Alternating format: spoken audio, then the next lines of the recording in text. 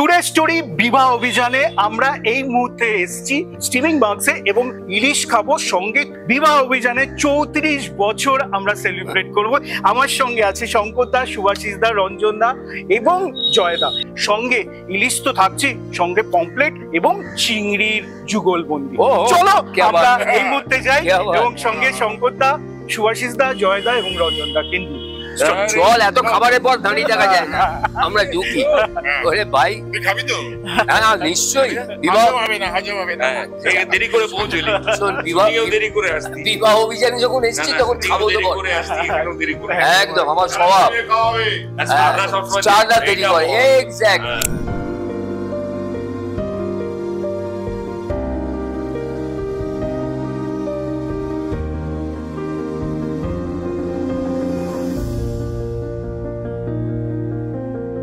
বিবাহ অভিযান 34 বছর এবং সাথে আছে স্টিমিং মার্ক। তো আমরা একটুখানি খেতে খেতে গল্প শুনবো। বিবাহ অভিযানে আপনার যে ভূমিকাটা 10টা পর্ব ধরে, সেটা কেমন ভাবে এনজয় করেছেন, আর 34 বছর পর আবার সবাই মিলে একত্রিত হয়ে কেমন লাগছে?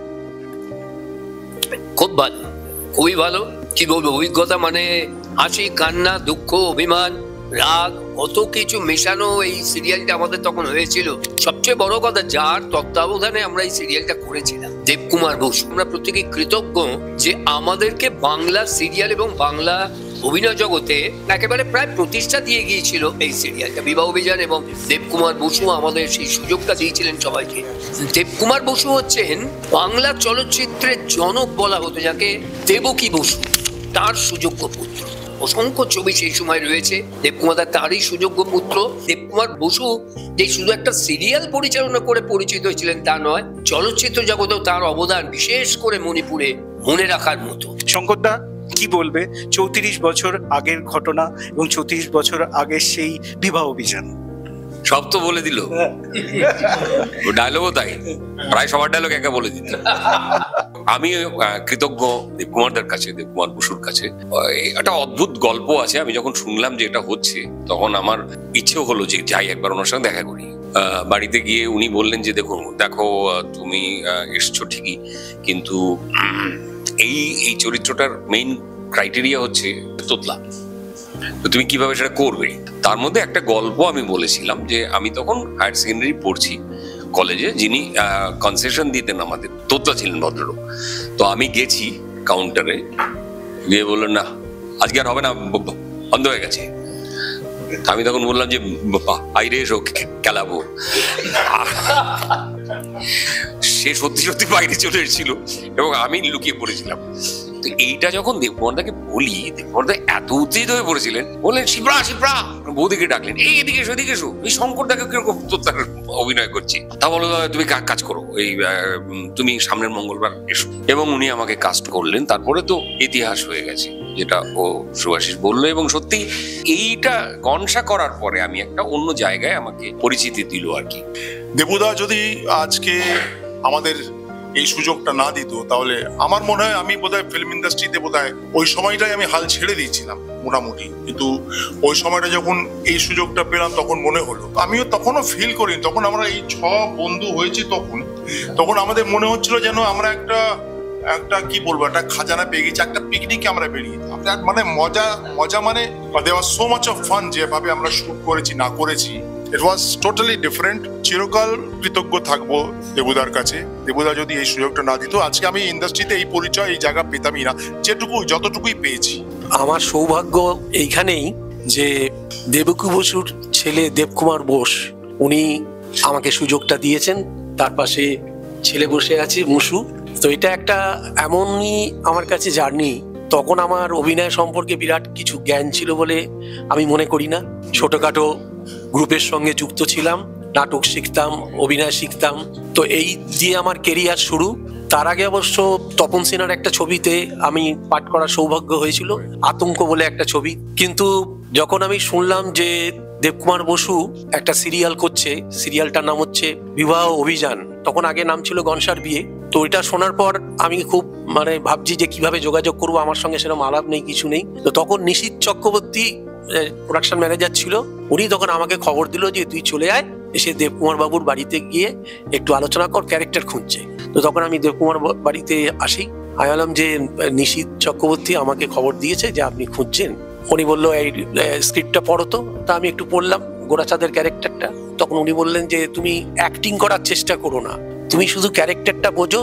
তারপরে 3-4 দিন পর আবার আমাকে ডেকে পাঠালো। তখন আমি একটুখানি ওই ডায়লগগুলো নিজে বাড়িতে প্র্যাকটিস করে যখন এসে আমি আবার এগুলো করলাম, তখন ওর খুব পছন্দ হলো, বললো তুমি সিলেক্টেড। আমরা সবাই মিলে একসাথে কাজ করতে গিয়ে যে যে মজাগুলো হয়েছে, সেই মজাটা এখন আমি আর পাই না। 34 বছর পরে রিক্রিয়েশন অফ হিস্ট্রি হচ্ছে আবার, যাদের দেখার জন্য তখন পশ্চিমবঙ্গের প্রত্যেকটা টেলিভিশন দর্শক উদ্গ্রীব হয়ে বসে থাকতো, তারা আজকে আমার পাশে বসে আছেন। বাবা বলেছিলেন যে যখন এক এক করে আর্টিস্ট সিলেকশন হয়, শঙ্কর দা, সুভাষিস দা, রঞ্জন দা, জয়দা যখন সিলেক্ট হয়ে গেল, তখন সবাই সবাইকে খুব ভালো করে চিনত না। তো বাবা একটাই বলেছিল, আমাদের বাড়িটা মেনকা সিনেমা হলের পাশে, সামনেই হচ্ছে রবীন্দ্র সরোবর লেক। তো বাবা বলতো তোমরা আগে বন্ধু হও নিজেদের মধ্যে, কেন এই ক্যারেক্টারটা যখন ফুটে তুলতে হবে স্ক্রিনে যে তোমরা খুব বন্ধু, বহু বছর ধরে বন্ধু, তখন সেইটা কিন্তু ডিপিক্ট করতে গেলে তোমাদের আগে নিজেদের জানতে হবে। বাবা ওনাদের মধ্যে না একটা বন্ডিং করানোর চেষ্টা করেছিল। সত্যি যেটা বন্ডিংটা কিন্তু স্ক্রিনে তার প্রেজেন্সটা ফেল্ট হয়েছিল এবং অসাধারণ ওনারা সবাই অভিনয় করেছিলেন। অভিনয়কে বলবো কেন, একদম মানে বিবাহ অভিযানটাকে প্রাণ দিয়েছিলেন কিন্তু ওই 6 জন ক্যারেক্টার। বাবা একটা রাত্রির বেলা শুটিং হচ্ছে, সেখানে একটা দইয়ের হাঁড়ির সিন ছিল, দইয়ের হাঁড়িটা খাবেন, তো সেখানে প্রোডাকশন ম্যানেজার এসব আনতে পারেনি, তো সেখানে সুজিতে জলে গুলে, সুজি আর জল মানে খাওয়া যায় না সেই জিনিসটা, সেটা পরম তৃপ্তিতে কিন্তু শঙ্করদা আর দাদাকে কিন্তু খেতে হয়েছিল, চেটে চেটে খেতে হয়েছিল। এবং তারপরে হওয়ার পরে তো সে বেরিয়ে গিয়ে they had to vomit it out, মানে এত বাজে জিনিস ছিল, কিন্তু they did not make feel. তখন কিন্তু সাধারণভাবেই সবকিছু হতো, কিন্তু সেখানে প্রাণ ফুটে তুলেছিলেন কিন্তু এনারাই।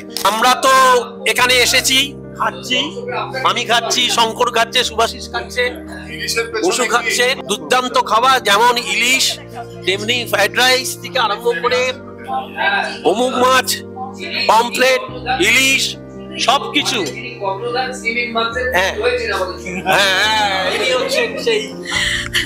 আমাদের দুটো আউটলেটে এটা ফেস্টিভ্যাল চলছে, এটা 1 মান্থ ধরে হবে। আর আজকে আমরা ওনাদেরকে পেয়ে ভীষণ খুশি। মানে এত বছর বা ছোটবেলায় শুনেছিলাম এই বিবাহ অভিযানের ব্যাপারটা, কিন্তু এখন সবাইকে এত কাছে পেয়ে মানে আমাদের মানে ধন্যবাদ জানানোর কোনো জায়গা নেই। আর মানে আপনারা মাঝে মাঝে ইউটিউবেও দেখতে পারেন, এটা রয়েছে, দেখতে পাবেন। এখানেই আমার একটা টুরিস্ট স্টোরি ইন্টারভিউ করে, তখন যখন শুনলাম যেটা হচ্ছে, উনি বললেন যে আপনি আসবেন, তাহলে খাওয়াবেন তো, তাহলে আসতে পারেন। যাই হোক, ওই জলে ঝাঁপানোর, সেটা তো ডিসেম্বরের শীত কাঁপছিল। আর এই যে বললো গোরা, এবারে সাঁতার জানতো কিনা আমি জানি না, সে ঝাঁপ দিয়েই আমার ধুতি ধরে টানতে। আগামীতে আবার আপনাদের সঙ্গে দেখা হবে। ভালো থাকবেন, সুস্থ থাকবেন এবং চলতে থাকুক বিবাহ অভিযান 34 বছর। নমস্কার।